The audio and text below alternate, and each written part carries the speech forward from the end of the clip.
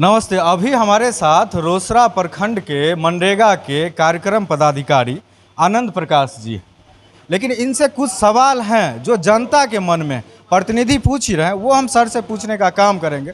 सबसे पहले सर स्वागत है आपका। धन्यवाद। सर सबसे पहले ये बताइए कि मनरेगा का सर क्या उद्देश्य है?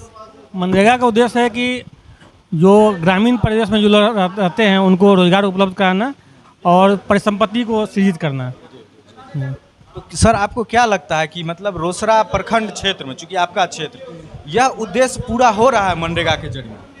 पहले तो पता नहीं है, हम भी तो नया आए हैं, लेकिन हम नया आए हैं और अक्टूबर नवंबर में आए हैं इलेक्शन के बाद, और हम प्रयास कर रहे हैं कि ये दोनों उद्देश्य का पूर्ति हो यहाँ पर। एक योजना सर पहले चलती थी मनरेगा से, जिसके बारे में बता रहे थे मुखिया जी, मिट्टी भरण का, स्थल विकास, जिसमें किसी फील्ड का, किसी का निजी बगीचा का, कहीं भी लोग स्थल विकास करवा लेते थे, लोगों को काफ़ी लाभ मिलता था। बाद में इस योजना का स्वरूप बदल दिया गया, पूरी तरह से कह सकते हैं कि बंद कर दिया गया, लेकिन लोग प्रतिनिधि से अभी भी डिमांड करते हैं। तो स्थल विकास का क्या प्रारूप है, कौन कौन लोग स्थल विकास करा सकते हैं, कैसे करवा सकते हैं, ये थोड़ा बता दीजिए। देखिए, स्थल विकास दो तरह से होता है, एक होता है सार्वजनिक ज़मीन पर और एक होता है निजी ज़मीन पर। ठीक है, सार्वजनिक ज़मीन पर हो गया, आंगनवाड़ी केंद्र है, उसके आगे में गड्ढा है तो उसको भरना। कोई स्कूल है, आपका स्कूल का अगर प्ले ग्राउंड अगर बना हुआ है तो उसमें अगर मिट्टी डालना है तो उसको आप कर सकते हैं। इसके अलावा आपको निजी, यही आपका हो गया, सरकारी स्कूल हो गया, और ये आंगनवाड़ी केंद्र, जो भी जो भी सरकारी जुड़ा हुआ जो भी ऑफिस है, जहाँ पर गड्ढा गुड्डी है वहाँ पर आप भर सकते हैं लैंड डेवलपमेंट में। निजी वाला में शुरू से ही था, निजी वाला में कि कृषि योग्य भूमि, कोई भी आदमी किसान है, उसका प्रति ज़मीन हो, बंजर ज़मीन हो, जहाँ वो साग सब्जी उगाता हो और उसमें पानी लगता हो, ठीक है, या लो लैंड हो के कारण उसको वहाँ खेती बाड़ी में दिक्कत हो, वैसे ज़मीन को करना था। और अभी भी वही चीज़ है, लेकिन अभी भी वो चीज़ है, वो मुखिया जी को हम बोले हैं, लेकिन घर आंगन नहीं भरना है।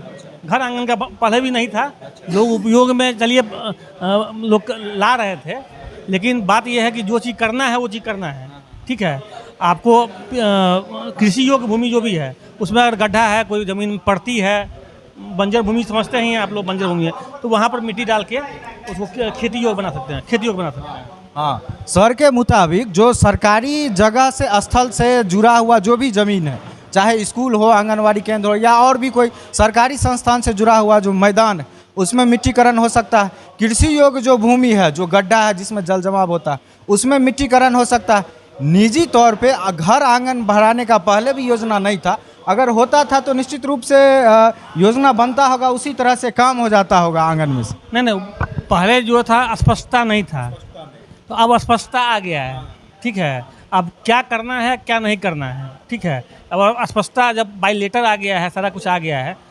शुरू में कोई चीज़ स्टार्ट होता है तो लोगों को थोड़ा सा जानकारी कम रहता है तो लोग कर लेता है, लेकिन अब स्पष्टता आ गया है। तो स्पष्टता में क्या है कि सरकारी में हो गया है कि सरकार भवन हो गया, पंचायत भवन हो गया, आंगनबाड़ी केंद्र हो गया, सामुदायिक भवन हो गया, स्कूल हो गया, इसमें मिट्टी कर सकते हैं।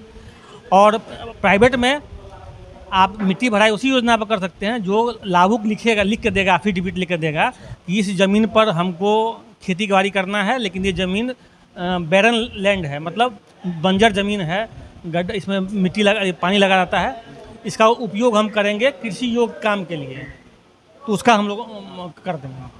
जैसे सर हम एक चीज़ बता रहे हैं, मान लीजिए किसी लाभुक को भरवाना है, मिट्टी भरवाना, तो वो किस तरह से आवेदन करेगा? पहला नंबर चीज़ तो कहिएगा पंचायत में, तो बहुत जगह पे क्या होता है कि लोकल पॉलिटिक्स होता है, जिसमें जीते हुए जो प्रतिनिधि रहते हैं और जो वोट नहीं, ये ऐसा होता है बहुत जगह सर, तो वो असक्षम होता है या मुखिया जी नहीं ले पाते हैं, तो वो किस रूप में अपना काम करवा सकता है? देखिए, योजना का चयन तो ग्राम सभा से होता है, समझे ना, उसमें मतलब कोई योजना बिना ग्राम सभा के हम लोग नहीं करवा सकते हैं।